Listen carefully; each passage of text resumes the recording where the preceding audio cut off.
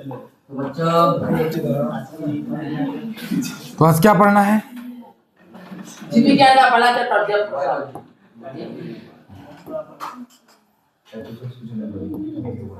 हम लोग पढ़ने वाले हैं बायोलॉजी का पहला चैप्टर रिवीजन में, ठीक है। इसको हम लोग पहले से अच्छा से पढ़ लिए हैं, अब क्या करना है, इसका रिवीजन करना है। क्या करना है? रिवीजन। चलो आराम से देखो। तो ये जो हमारा पहला चैप्टर है बायोलॉजी, क्या है पहला चैप्टर? क्या है? बायोलॉजी। बायोलॉजी इंग्लिश में क्या कहते हैं? बायोलॉजी। नहीं दिख रहा होगा? बायोलॉजी क्या कहते हैं? बायोलॉजी, ठीक है। तो पहला जो चैप्टर हमारा है क्या है? जैव प्रक्रम। जैव प्रक्रम का मतलब होता है लाइफ प्रोसेस। क्या होता है? Life process. जैव प्रक्रम का क्या होता है? Life process. तो हमारे जो हम लोग जो इस दुनिया में रहते हैं, इस ब्रह्मांड में रहते हैं, तो उस ब्रह्मांड में दो तरह का जीव होता है। क्या होता है? क्या दो तरह का जीव नहीं होता, मतलब दो तरह के वस्तु होते हैं। यानी कि इस पर्यावरण में, इस इन्वायरमेंट में दो तरह के वस्तु होते हैं। एक होते हैं सजीव, दूसरा होता है निर्जीव। एक होता है सजीव, दूसरा क्या होता है? निर्जीव। एक सजीव होता है, एक निर्जीव होता है। अभी देखते हैं सजीव और निर्जीव क्या होता है। तो जीव विज्ञान हम लोग जो पढ़ने वाले हैं, जीव विज्ञान। जीव विज्ञान का पहला चैप्टर रिवीजन में, क्या रिवीजन में। तो जीव विज्ञान का जो पहला अध्ययन चैप्टर है, उसमें हम लोग मतलब जीव विज्ञान हम लोग किसका अध्ययन करते हैं? जीवों का अध्ययन। जीव विज्ञान का जनक किसको माना जाता है? अरस्तु को। जीव विज्ञान का जनक किसको माना जाता है? अरस्तु। किसको माना जाता है? अरस्तु को। जीव विज्ञान का जनक किसको माना जाता है? अरस्तु को माना जाता है। किसको माना जाता है? अरस्तु को। अब यहाँ देखो, सबसे पहला क्या है? Life process. चैप्टर है क्या है? जैव प्रक्रम। चैप्टर क्या है? जैव प्रक्रम। तो चैप्टर जो जैव प्रक्रम है वो क्या है? जैव प्रक्रम। मतलब जीवों में वे सभी क्रिया, जीवों में वे सभी प्रक्रिया जो अनुरक्षण का कार्य करती है, मेंटेनेंस का कार्य करती है। मतलब हम लोगों को जिंदा रहने के लिए बहुत सारे वर्क को करना पड़ता है। हम लोग जिंदा रहने के लिए सांस लेते हैं, खाना खाते हैं, भोजन करते हैं, पानी पीते हैं। ये सब क्या है? हमारे लिए मेंटेनेंस है। यही मेंटेनेंस को क्या कहते हैं हम लोग? जैव प्रक्रम कहते हैं, लाइफ प्रोसेस कहते हैं। मतलब हम लोग जिंदा रहने के लिए जो सब काम करते हैं वही सब क्या हो गया? हमारे लिए मेंटेनेंस हो गया, जैव प्रक्रम हो गया, ठीक है। उसके बाद देखो सजीव वस्तु। इस पर्यावरण में दो तरह के वस्तु होते हैं, एक सजीव, एक निर्जीव। तो लिविंग थिंग बोलते जिस वस्तु में जान हो, जो ग्रो करे, जो खाना खाए, जो श्वसन करे, जो जनन करे, जो इधर उधर आ जा सके, जो अपने से सब काम करे, वो क्या होता है? सजीव वस्तु होता है। क्या होता है? सजीव होता है। और निर्जीव क्या हो गया? कि जिस वस्तु में जान ना हो, जो ग्रो ना करे, जो इधर उधर आ या ना जा सके, उसे क्या कहते हैं? निर्जीव कहते हैं। क्या कहते हैं? निर्जीव कहते हैं। उसके बाद देखो क्या है? पोषण। पोषण क्या है? पोषण। न्यूट्रिशन। क्या है? न्यूट्रिशन। उसके बाद देखो पोषण बोलता है किसी भी काम करने के लिए हमें ऊर्जा चाहिए। अगर अभी हम पढ़ा रहे हैं तो पढ़ाने के लिए क्या चाहिए? ऊर्जा चाहिए। ऊर्जा हमारे शरीर में किसके रूप में जमा रहती है? एटीपी के रूप में। किसके रूप में जमा रहती है? एटीपी के रूप में। अब हमको ऊर्जा प्राप्त करने के लिए क्या चाहिए? पोषक तत्व चाहिए। क्या चाहिए? पोषक तत्व। और इसी जो ऊर्जा प्राप्त करने के लिए हम लोग पोषक तत्व को ग्रहण करते हैं, यही क्या कहलाती है? पोषण कहलाती है। यही प्रक्रिया क्या कहते हैं? पोषण। अब यहाँ है पोषक तत्व। पोषक तत्व मुख्य कितने होते हैं? 5। क्या होता है? कार्बोहाइड्रेट। क्या होता है? कार्बोहाइड्रेट, प्रोटीन, विटामिन, वसा और खनिज लवण। क्या है? खनिज लवण। खनिज लवण। इसमें सबसे अच्छा कैप्सिकम लग रहा है, क्या? शिमला मिर्च, ठीक है। तो हम जो पोषक तत्व होता है हमारे खाना में, जो मुख्य पोषक तत्व होते हैं कितने होते हैं? 5 होते हैं। एक होता है कार्बोहाइड्रेट, प्रोटीन, विटामिन, वसा और खनिज लवण। कार्बोहाइड्रेट, प्रोटीन, विटामिन और वसा और खनिज लवण, ठीक है। उसके बाद देखो क्या होता है? जंतुओं में, जीव जंतु में दो तरह से पोषण होता है। एक क्या होता है? स्वपोषी पोषण। एक होता है विषमपोषी पोषण। स्वपोषी पोषण को हम लोग क्या कहते हैं? स्वपोषण। क्या कहते हैं? स्वपोषण। इसको क्या कहते हैं? परपोषण। क्या कहते हैं? परपोषण। क्या कहते हैं? ठीक है। स्वपोषी पोषण और विषमपोषी पोषण। अब देखो स्वपोषी पोषण क्या है? मतलब वैसा पोषण जिसमें जीव भोजन के लिए किसी दूसरे पर डिपेंडेंट ना रहो, खुद पर डिपेंडेंट रहे, जैसे सूर्य के प्रकाश पर, कार्बन डाइऑक्साइड पर। तो इसमें जो हरे पेड़ पौधे आते हैं, मतलब वह पोषण जिसमें जीव भोजन के लिए किसी दूसरे जीव पर आश्रित नहीं रहते हैं, उसे क्या कहते हैं? स्वपोषी पोषण। कौन सा पोषण कहते हैं? स्वपोषी पोषण। इस पोषण को स्वपोषण भी पहले लिख दिया गया कि इस पोषण को क्या कहते हैं? स्वपोषण भी कहते हैं। स्वपोषी जीव कार्बन डाइऑक्साइड का उपयोग कर क्या करते हैं, कार्बन डाइऑक्साइड का उपयोग करके सूर्य की प्रकाश की उपस्थिति में जल की सहायता से और पर्णहरित का उपयोग करके क्या करती है, अपना भोजन बना लेती है। इसमें क्या होता है, हरे पेड़ पौधे आते हैं। क्या आते हैं, हरे पेड़ पौधे आते हैं। देखो इसमें क्या है, हरे पेड़ पौधे आते हैं। देखो सबसे पहली बात, इसको फोटोसिंथेसिस मतलब प्रकाश संश्लेषण की जो क्रिया है उसमें क्या चाहिए, कार्बन डाइऑक्साइड। क्या चाहिए, कार्बन डाइऑक्साइड। क्या चाहिए, फिर जल चाहिए। क्या चाहिए, उसके बाद चाहिए सन लाइट। क्या चाहिए, सन लाइट। उसके बाद देखो पर्णहरित बोलो, क्लोरोप्लास्ट बोलो या क्लोरोफिल बोलो, पर्णहरित सब एक ही है। पर्णहरित चाहिए तब क्या बनाएगा, C6H12O6 प्लस ऑक्सीजन बनेगा प्लस जो H2 क्या हो जाएगा, वाष्प बन जाएगा। ठीक है, यही ग्लूकोज है। क्या है, ग्लूकोज। यानी कि ग्लूकोज हम लोगों के शरीर में भी भोजन जब हम लोग करते हैं, पोषक तत्व ग्रहण करते हैं, तो अंदर में क्या बन जाता है, ग्लूकोज। क्या बन जाता है, ग्लूकोज। और वही क्या करता है, हम लोगों को ऊर्जा देता है। क्या देता है, ऊर्जा देता है। पेड़ पौधों को भी क्या करता है, ऊर्जा देता है। क्या करता है, ऊर्जा देता है। उसके बाद देखो क्या है, विषमपोषी पोषण। कैसा पोषण है, विषमपोषी पोषण। मतलब वह पोषण जिसमें जीव भोजन के लिए पूरा का पूरा किस पर रहता है, दूसरे पर डिपेंडेंट रहता है, उसे क्या कहते हैं, उसे विषमपोषी पोषण कहते हैं। इसमें क्या होता है कि मतलब कोई भी जीव है अगर पोषण के लिए क्या होता है, पूरा का पूरा दूसरे पर निर्भर है, उसे क्या कहते हैं, विषमपोषी पोषण। इसको हम लोग परपोषण भी कहते हैं। क्या कहते हैं, परपोषण भी कहते हैं। क्या कहते हैं, परपोषण करते हैं। मनुष्य हो गया, शेर हो गया, भालू हो गया, मेढक हो गया, ये सब के सब क्या है, परपोषण है। या मेढक देखो कीड़ा मकोड़ा, छोटे मोटे कीड़े मकोड़े खाते हैं, मतलब दूसरे जीव पर डिपेंडेंट रहता है। ये देखो किसी जानवर का मांस खाता है। क्या खाता है, जानवर का मांस खाता है, मतलब भोजन के लिए किसी दूसरे पर डिपेंडेंट है। ये हिरन देखो घास खाता है, किसी दूसरे पर डिपेंडेंट है। क्या खाता है, डिपेंडेंट। हम लोग इस सब को तो नहीं खाते हैं, हिरन को खा सकते हैं, क्योंकि हिरन क्या खाती है, घास। जैसे खसी घास खाती है तो उसको खा लेते हैं ना, हिरन भी खा सकते हैं। लेकिन यह हमारे देश में बहुत कम बचा है, इसलिए इसको खाओगे तो केस हो जाएगा। ठीक है, उसके बाद देखो फिर क्या है, दूसरा है विषमपोषी पोषण के प्रकार। विषमपोषी पोषण के प्रकार यानी कि परपोषण जो है, जो जीव दूसरे पोषण के लिए किसी दूसरे जीव पर निर्भर रहता है, उसे क्या कहते हैं, विषमपोषी पोषण या परपोषण। यह तीन तरह से फाइनल होता है, एक परजीवी पोषण हो गया, एक मृतजीवी पोषण हो गया, दूसरा प्राणी सम पोषण हो गया। क्या हो गया, परजीवी पोषण हो गया, मृतजीवी पोषण हो गया, और उसके बाद क्या हो गया, प्राणी सम पोषण। अब देखो परजीवी पोषण कौन सा पोषण है, ये जो परजीवी पोषण है, तो वह पोषण जिसमें जीव क्या करेगा, मतलब भोजन के लिए दूसरे पर डिपेंड रहेगा, लेकिन मतलब उसको मारेगा नहीं, उसको मारेगा नहीं, उसके अंदर रह के क्या करता है, उसको बिना मारे भोजन प्राप्त कर लेता है। इसे कौन सा पोषण कहते हैं, परजीवी। जैसे हो गया मान के चलो फीता कृमि, इसमें क्या सब आ जाएगा, फीता कृमि। कौन सा कृमि, फीता कृमि आ जाएगा। उसके बाद अगर जू आ जाएगा, जू मतलब समझते हो ना, ढील ढील बाल में जो रहता है, लड़कियों के बाल में रहता है। उसके बाद जोंक हो गया। क्या हो गया, जोंक हो गया। और क्या हो सकता है, अमर बेल। अमर बेल देखा है, अमर बेल, अमर लत्ती, पीला पीला कलर का जो जाली जैसा रहता है, किसी पेड़ पे देखा होगा। ठीक है, ये सब क्या है, परजीवी पोषण है। कौन सा पोषण है, परजीवी पोषण। उसके बाद देखो मृतजीवी पोषण। नॉर्मल सी बात है कि मृतजीवी पोषण में क्या होगा, मतलब भोजन के लिए मरे हुए, भोजन के लिए किस पे रहेगा, भोजन के लिए किस पर रहेगा, ठीक है, तथा भोजन के लिए किस पर रहेगा, मरे हुए जीव जंतु पर। अगर कोई जीव भोजन के लिए मरे हुए जीव जंतु पर क्या रहता है, डिपेंडेंट रहता है, उसे क्या कहते हैं, निर्जीव पोषण कहते हैं। वह पोषण जिसमें जीव अपना पोषण मृत जीवों के लिए क्या करता है, जीवों के शरीर रहता है, सड़े गले कार्बनिक पदार्थ प्राप्त करता है, उसे क्या कहते हैं, मृतजीवी पोषण। मतलब भोजन के कोई जीव है, भोजन के लिए क्या करता है, किसी दूसरे जीव पर क्या रहता है, डिपेंडेंट रहता है, और वह मरा हुआ रहता है, उसे क्या कहते हैं, मृतजीवी पोषण। मृत नॉर्मल बात है, मृत मतलब मरा हुआ, उस पर डिपेंडेंट पोषण। मरे हुए जीव पर रह के अगर पोषण ग्रहण करता है, उसे क्या कहते हैं, मृतजीवी पोषण। तो फफूंदी हो गया, कवक हो गया, इसको बोलते हैं मशरूम। हिंदी में क्या बोलते हैं, मशरूम। इंग्लिश में बोलते हैं मशरूम, हिंदी में बोलते हैं इसको गोबर छत्ता। क्या बोलते हैं, गोबर छत्ता। इसको खाया जाता है।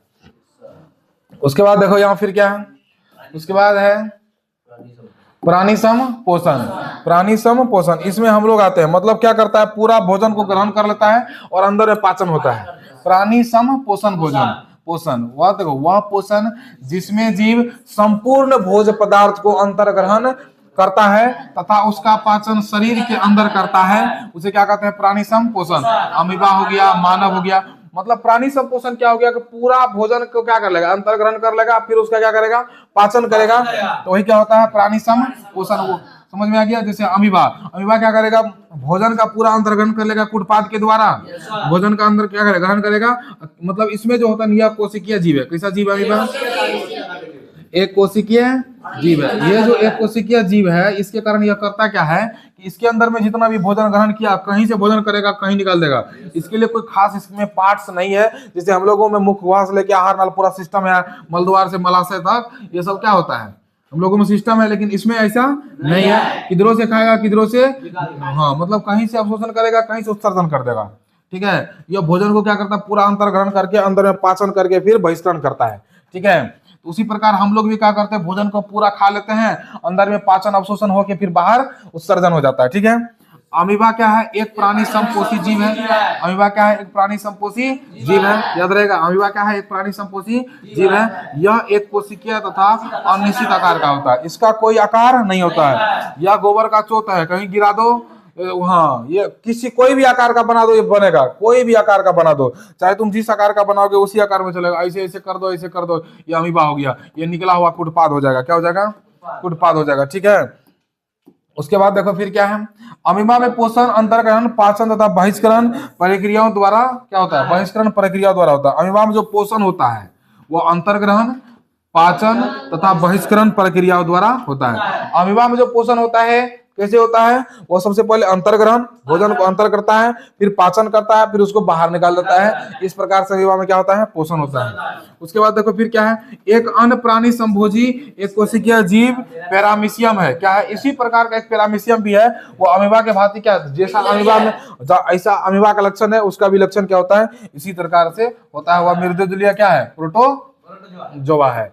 उसके बाद देखो अमीबा में क्या है, पोषण, अमीबा ये क्या है, अमीबा है नहीं, ये पैरामीशियम है। क्या है, पैरामीशियम। यहाँ पे क्या होना चाहिए, पैरामीशियम में पोषण। ठीक है, किसमें, पैरामीशियम, पैरामीशियम में क्या, पोषण।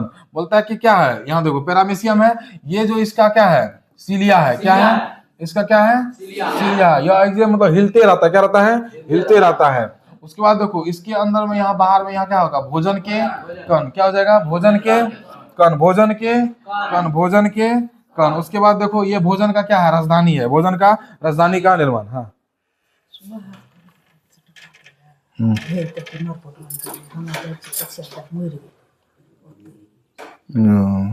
सोचे फोन करे पड़ता क्या कल का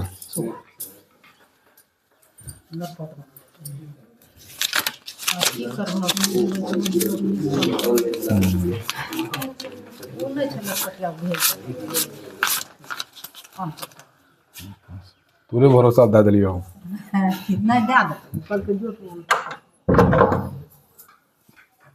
तो भोजन क्या है, भोजन राजधानी का निर्माण, भोजन राजधानी का निर्माण। कोशिका मुखिया साइटोप्लाज्म, साइटोप्लाज्म, साइटोसोम क्या होता है, साइटोसोम, साइटोसोम क्या होता है, साइटोसोम क्या होता है, साइटोसोम क्या है, साइटोसोम। ये क्या है, साइटोसोम। ये क्या है, सिलिया। क्या है, सिलिया। इसी के द्वारा भोजन पकड़ के खींच लेता है। ठीक है, क्या करता है, भोजन खींच लेता है। उसके बाद देखो क्या है, वाष्पोत्सर्जन। क्या है, वाष्पो उत्सर्जन, वैसी क्रिया जिसके द्वारा वाष्प बाहर होता है, वैसी क्रिया जिसके द्वारा वाष्प बाहर होता है वाष्पोत्सर्जन कहलाता है। वैसी क्रिया जिसके द्वारा वाष्प क्या होता है, बाहर होता है, वाष्पोत्सर्जन कहलाता है। मतलब वैसी क्रिया जिसके द्वारा वाष्प क्या होता है, बाहर होता है, और क्या कहलाता है, वाष्पोत्सर्जन कहलाता है। मतलब कोई क्रिया है अगर उसके द्वारा क्या हो जाता है, वाष्प बाहर हो जाता है, उसे क्या करते हैं, वाष्पोत्सर्जन कहलाती है। मतलब जिस क्रिया द्वारा पानी वाष्प बन के बाहर निकल जाता है उसे क्या कहते हैं, वाष्पोत्सर्जन। यह क्रिया पौधों के पत्तियों में उपस्थित रंध्र स्टोमाटा में होती है। यह क्रिया पौधों के पत्तियों में उपस्थित रंध्र क्या होता है, स्टोमाटा में होती है। यह क्रिया पौधों के पत्तियों में उपस्थित रंध्र में होती है। यह जल हानि की क्रिया है। यह जल क्या है, हानि की क्रिया, मतलब इससे जल की क्या हो जाती है, कमी हो जाती है। ठीक है, यह कैसी क्रिया है, वाष्पोत्सर्जन एक कैसी क्रिया है, जल की हानि की। यह वाष्पोत्सर्जन जो होता है किसमें होता है, पौधे के पत्तियों में उपस्थित रंध्र में, स्टोमाटा में होती है। अब देखो रंध्र क्या है, पत्तियों का रंध्र क्या है, बोलता है कि वाष्पोत्सर्जन की क्रिया करता है। रंध्र क्या है, यह वाष्पोत्सर्जन क्रिया करता है और गैसों का विनिमय करता है, जैसे कार्बन डाइऑक्साइड को ग्रहण करता है और ऑक्सीजन को रिलीज करता है। पेड़ पौधा का जो पत्ता में रंध्र होता है, छिद्र होता है, स्टोमाटा होता है, वह क्या करता है, वाष्पोत्सर्जन क्रिया करता है और गैसों का विनिमय करता है। गैस जैसे पेड़ पौधा क्या करता है, भोजन बनाने के दरमियान ऑक्सीजन को रिलीज करता है और भोजन बनाने के लिए कार्बन डाइऑक्साइड को इधर से एब्जॉर्ब करता है, ठीक है। उसके बाद देखो फिर क्या है, यही देखो स्टोमाटा है, क्या है, पत्तियां को अगर माइक्रोस्कोप से देखा गया तो किस प्रकार से, इस प्रकार से रंध्र दिखा। इसी के द्वारा गैसों का क्या होता है, विनिमय होता है। गैसों का क्या होता है, इसी में कार्बन डाइऑक्साइड इन होता है और ऑक्सीजन आउट होता है, ठीक है। और इसी के द्वारा वाष्पोत्सर्जन की भी क्रिया होती है। क्या होती है, वाष्पोत्सर्जन की क्रिया होती है। क्या होती है, वाष्पोत्सर्जन की क्रिया होती है। किसकी क्रिया होती है, वाष्पोत्सर्जन की क्रिया। देखो वाष्पोत्सर्जन की क्रिया को फोटोमीटर से मापते हैं। वाष्पोत्सर्जन की क्रिया को किससे मापते हैं, फोटोमीटर से। वाष्पोत्सर्जन की क्रिया को किससे मापते हैं, फोटोमीटर से। और बारिश होने के कारण भी वाष्पोत्सर्जन होता है। बारिश होने का भी कारण क्या है, वर्षा जो इतना हो जाता है किसके कारण होता है, तो वाष्पोत्सर्जन के कारण क्या हो जाता है, बारिश हो जाता है। वाष्पोत्सर्जन के कारण क्या हो जाता है, बारिश। उसके बाद देखो प्रकाश संश्लेषण है, क्या है, फोटोसिंथेसिस। क्या है, फोटोसिंथेसिस, ठीक है। उसके बाद देखो प्रकाश संश्लेषण, बोला कि वह क्रिया जिसके द्वारा प्रकाश की उपस्थिति में पेड़ पौधा अपना भोजन बनाती है, प्रकाश संश्लेषण कहलाता है। क्या कहलाता है, वह क्रिया जिसके द्वारा प्रकाश की उपस्थिति में पेड़ पौधा अपना भोजन बनाती है, प्रकाश संश्लेषण कहलाता है। मतलब प्रकाश संश्लेषण क्या है कि कोई एक प्रक्रिया है, इस प्रक्रिया द्वारा पेड़ पौधा क्या करता है, अपना भोजन बनाती है, तो इसी का क्या कहते हैं, प्रकाश संश्लेषण, इंग्लिश में फोटोसिंथेसिस, ठीक है। इस प्रक्रिया द्वारा पौधे अपना भोजन यानी ग्लूकोज बनाती है। मतलब भोजन अपना क्या करती है, बनाती है। हम लोग भी भोजन जो बनाते हैं तो भोजन टेस्ट के लिए ना बनाते हैं, वो अंदर जाके क्या बन जाता है, ग्लूकोज बन जाता है। क्या बन जाता है, ग्लूकोज बन जाता है। तो यह प्रक्रिया द्वारा क्या होता है, पौधे अपना भोजन यानी कि ग्लूकोज बनाती है। क्या बनाती है, ग्लूकोज बनाती है। यानी ग्लूकोज मतलब क्या होता है, C6H12O6, कार्बोहाइड्रेट और ऊर्जा। कार्बोहाइड्रेट ये ग्लूकोज किसके रूप में बनाती है, कार्बोहाइड्रेट और ऊर्जा के रूप में बनाती है। उसके बाद देखो प्रकाश संश्लेषण के लिए आवश्यक कितने पदार्थ होते हैं, 4। प्रकाश संश्लेषण के लिए कितने आवश्यक पदार्थ हैं, सूर्य का प्रकाश, कार्बन डाइऑक्साइड, जल, क्लोरोफिल। पहले क्या होता था, इसमें से एक क्वेश्चन होता रहता था कि सूर्य के प्रकाश की अनुपस्थिति में, मतलब सिद्ध कीजिए या इस प्रकार से बताइए कि सूर्य के प्रकाश नहीं होने के कारण पेड़ पौधा अपना भोजन क्यों नहीं बना पाएंगे। मतलब ऐसे बोलेगा कि पेड़ पौधा को भोजन बनाने के लिए सूर्य की प्रकाश आवश्यक है, क्यों, या कार्बन डाइऑक्साइड आवश्यक है, क्यों, जल आवश्यक है, क्यों, क्लोरोफिल आवश्यक है, क्यों। लेकिन अब नहीं पूछता है, कोई बात नहीं है, लेकिन पता रखना चाहिए क्यों नहीं पूछता है। नहीं, क्यों नहीं होता है। उसके बाद देखो प्रकाश संश्लेषण की रासायनिक समीकरण, प्रकाश संश्लेषण की रासायनिक समीकरण। प्रकाश संश्लेषण का कैसा समीकरण, बोले याद देखो क्या है, प्रकाश संश्लेषण की रासायनिक समीकरण। पूछा हुआ क्वेश्चन है, पूछा जाता है कि कार्बन डाइऑक्साइड, प्रकाश संश्लेषण के लिए कितना चीज महत्वपूर्ण है, 4। क्या है, 4। सबसे पहले कार्बन डाइऑक्साइड, क्या है, कार्बन डाइऑक्साइड। फिर H2O, जल, क्या है, जल। सूर्य का प्रकाश चाहिए, फिर क्या चाहिए, क्लोरोफिल चाहिए, तब C6H12O6 बनेगा। ऑक्सीजन O2 बनेगा, O6 बन गया, O2 और H2O क्या बन, वाष्प बन गया, जलवाष्प बन के उड़ जाता है और इसी कारण क्या हो जाती है, वर्षा। क्या हो जाती है, अब देखो क्लोरोप्लास्ट क्या है, क्या है, अगर पत्ता को जूम करके देखा गया कि क्लोरोप्लास्ट क्या है, तो क्लोरोप्लास्ट का स्ट्रक्चर इसी प्रकार का था। क्लोरोप्लास्ट का स्ट्रक्चर क्या था, इसी प्रकार का था। इसी में हरे रंग का लवक होता है जिसके कारण पौधे हरे होते हैं। मतलब हरित लवक में ही क्या होता है, हरे रंग का लवक होता है जिसके कारण पौधे हरे होते हैं, ठीक है। हरित लवक, इसी में हरे रंग का लवक होता है, इसी में हरे रंग का क्या होता है, लवक होता है, जिसके कारण पौधे क्या होते हैं, हरे होते हैं। इसी कारण क्या होता है, मतलब हरित लवक के कारण ही पत्ता का रंग क्या होता है, हरा होता है। क्या होता है, पत्ता का रंग क्या होता है, हरा होता है। उसके बाद देखो पाचन तंत्र, कौन सा, मतलब डाइजेस्टिव सिस्टम, ठीक है। उसके बाद देखो आहार नाल, क्या है, आहार नाल। इससे संबंधित पाचन तंत्र, हमारा सिस्टम पूरा शरीर पाचन तंत्र में कैसे काम करता है, मतलब कि आहार नाल, इससे संबंधित पाचक ग्रंथियां और पाचन क्रिया मिलकर क्या करता है, पाचन तंत्र का निर्माण करता है। देखो रिवीजन करा रहे हैं इसलिए इतना फास्ट बोल रहे हैं, ठीक है। अगर धीरे धीरे लेके जाएंगे तो ये इतना जल्दी खत्म नहीं होगा, इसलिए फास्ट में देखो। याद तो है ही है तुम लोगों को, याद है ना, बस थोड़ा सा देख लो। आहार नाल क्या है, आहार नाल हमारी मुख, पाचन तंत्र में सबसे पहले क्या आता है, मुख आता है। क्या होता है? पाचन की क्रिया कहाँ से स्टार्ट होती है? मुख से। चलो आगे देखते हैं। तो आहार नाल, इससे संबंधित पाचक ग्रंथि और पाचन क्रिया मिलकर किसका निर्माण करती है? पाचन ग्रंथि। मतलब आहार नाल और पाचन ग्रंथियां मिलकर किसका निर्माण करती है? पाचन ग्रंथियां का निर्माण करती है। किसका निर्माण करती है? पाचन तंत्र का निर्माण करती है। देखो यहाँ पाचन क्या होता है? जटिल पदार्थ को सरल पदार्थ में तोड़ना ही क्या कहलाता है? पाचन कहलाता है। मतलब हम लोग जो खाना खाते हैं, मुर्गा का पीस खाए, एकदम हड्डी का हड्डी सब चबा गए, चबा जाते हैं ना, पूरा का पूरा पीछे घोट गए, लेकिन उसको अगर हमारे शरीर के अंदर में जो तोड़ना फोड़ना है, उसी को हम लोग क्या कहते हैं? पाचन कहते हैं। मतलब जटिल पदार्थ को अगर हम सरल पदार्थ में बदल दिया तो क्या हो गया? पाचन क्रिया हो गया। मतलब यह क्रिया फिजिकल और केमिकल दोनों होता है। यह क्रिया फिजिकल और केमिकल दोनों होता है। यह क्रिया जो फिजिकल और केमिकल दोनों होता है। पाचन का मुख्य कार्य भोजन से ऊर्जा प्राप्त करना है। पाचन का मुख्य कार्य भोजन से ऊर्जा प्राप्त करना है। पाचन का मुख्य कार्य क्या है?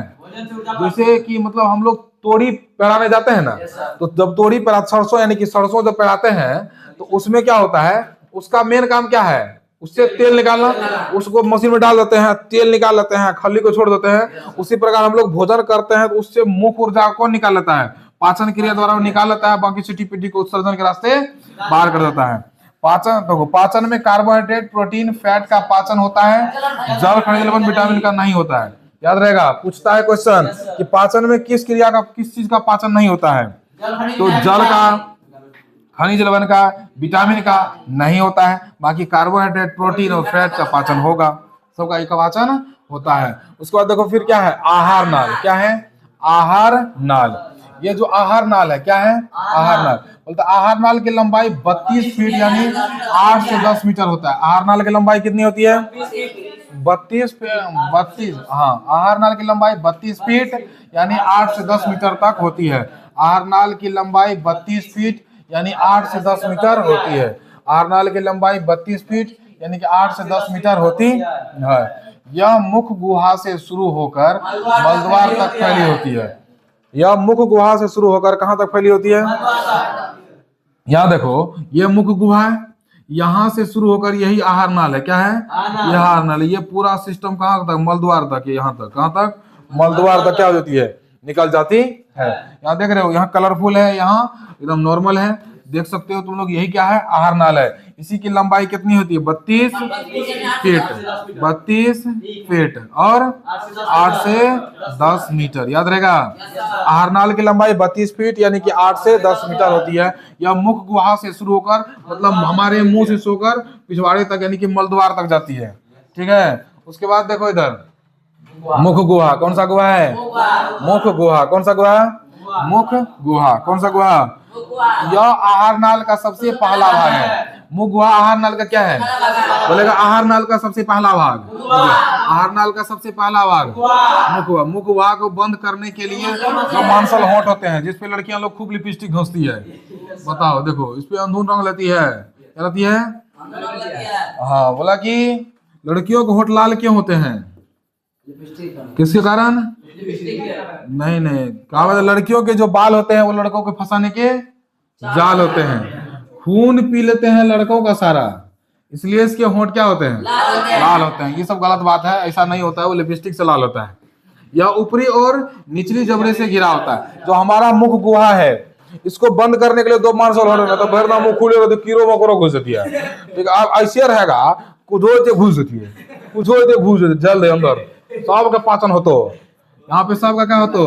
पाचन। लेकिन ऐसा होता है नहीं। इसको बंद करने के लिए मांसल होंठ दिया है, और उस मांसल होंठ को भी आदमी फैशन में यूज कर लिया है।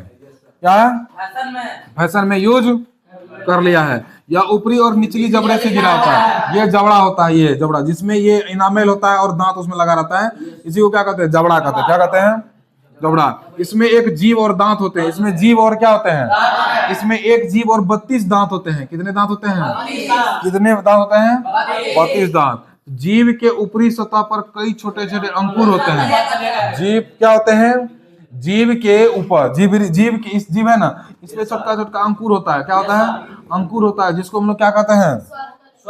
स्वाद कलियां कहते हैं। क्या कहते हैं? हमारे मुंह में लगभग कितना स्वाद कलियां होती है? 10,000।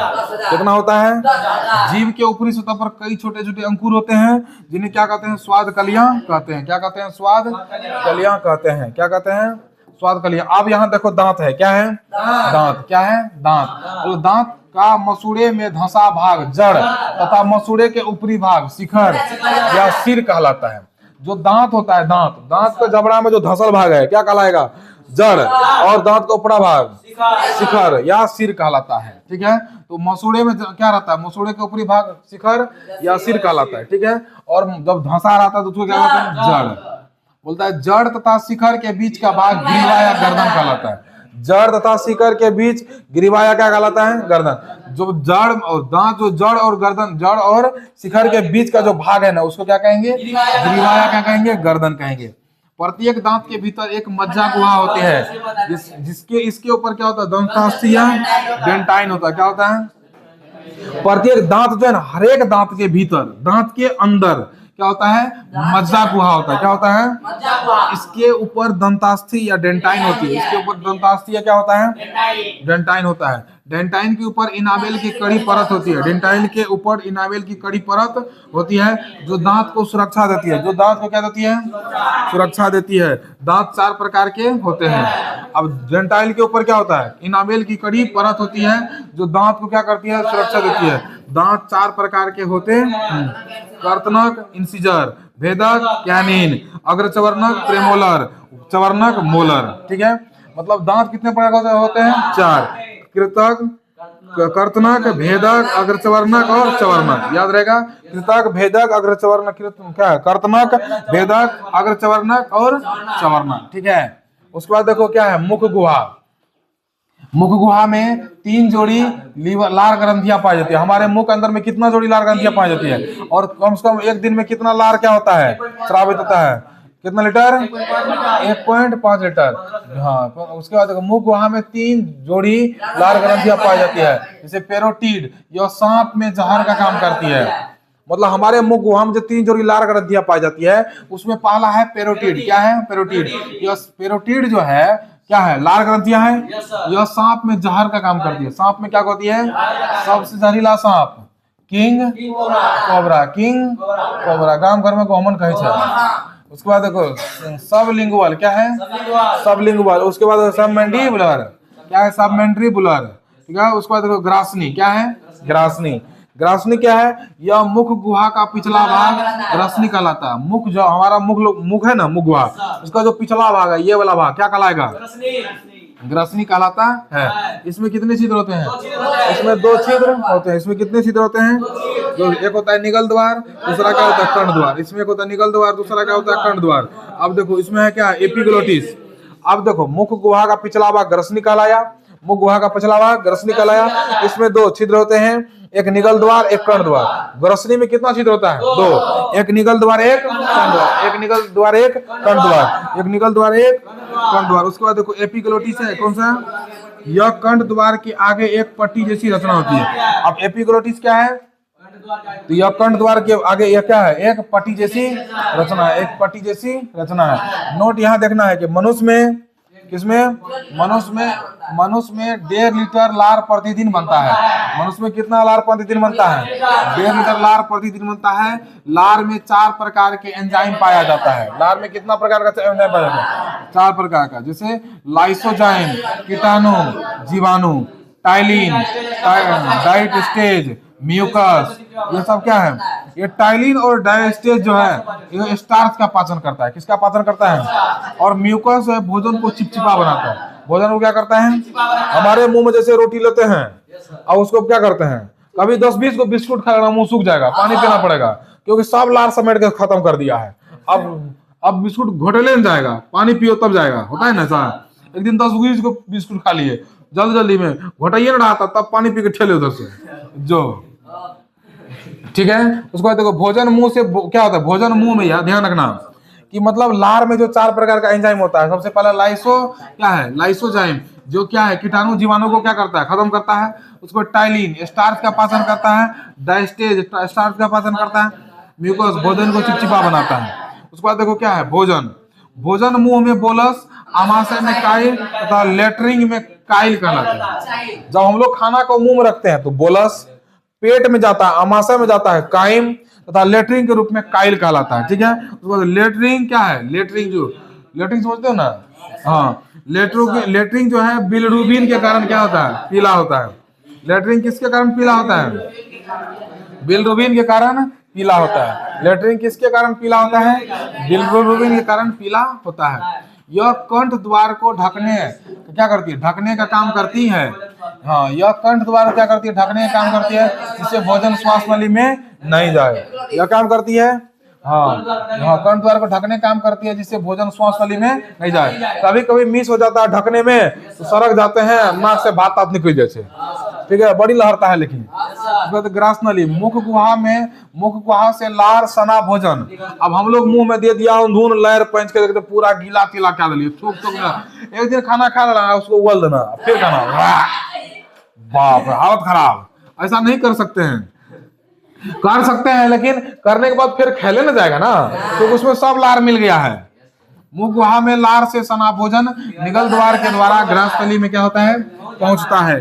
भोजन पहुंचने के बाद ग्रासनली की दीवार में संकुचन या शीतलन होता है, जैसे इसे कर्मांकुचन कहते हैं। जैसे पाइप होंडा चलाते हैं ना, तो लास्ट में जब जहां पाइप से पानी निकलता है वहां देखता है ऐसे ऐसे होते रहता है, ऐसे ऐसे होते रहता है। इसको क्या कहते हैं, मतलब हाँ, संकुचन या शीतलन, संकुचन या शीतलन यानी कर्मांकुचन। हम लोग यहाँ भोजन से मुंह में घटकते हैं तो इसी प्रकार गोल गोल फिचकले फिचकले फिचकले यहाँ से निकल जाता है। ठीक है, इसे क्या कहते हैं, कर्मांकुचन कहते हैं। ग्रासनली में भोजन आमाशय में क्या होता है, पहुंचता है। ग्रासनली से भोजन कहाँ पहुंचता है, अमाशय से पहुंचता है। ग्रासनली में भोजन कहाँ से पहुंचता है, अमाशय से पहुंचता है। सबसे पहले अब क्या है, अमाशय, क्या है, अमाशय। यह एक थैली जैसी रचना है जो उदर गुहा के बाएं में रहती है। यह पेट है ना, पेट, ये मेरा क्या है, बायां है, ये दायां, इस बीच में कौन रहता है, अमाशय। कौन रहता है, अमाशय। यह थैली जैसी रचना है, यह उदर गुहा के बाईं ओर होती है। इसका अगला भाग कार्डियक तथा पिछला भाग पाइलोरिक भाग कहलाता है। अमाशय का आगे वाला भाग कार्डियक, याद रहेगा, अमाशय का आगे वाला भाग कार्डियक तथा पिछला भाग पाइलोरिक भाग कहलाता है। इन दोनों के बीच का भाग फुंडिक कहलाता है। इन दोनों के बीच का भाग क्या कहलाता है, फुंडिक कहलाता है। इन दोनों के बीच का भाग क्या कहलाता है, फुंडिक। उसके बाद देखो अमाशय ग्रंथि, कौन सा ग्रंथि, अमाशय की कोशिका जगह जगह अंदर की ओर धंसा रहता है, जो अमाशय ग्रंथि कहलाता है। अब देखो अमाशय ग्रंथि है, कौन सा ग्रंथि, अब अमाशय की जो कोशिका है वो तो जगह जगह पर अंदर की ओर क्या रहता है, धंसा रहता है, जो अमाशय ग्रंथि कहलाता है। इसे जठर ग्रंथि भी कहते हैं।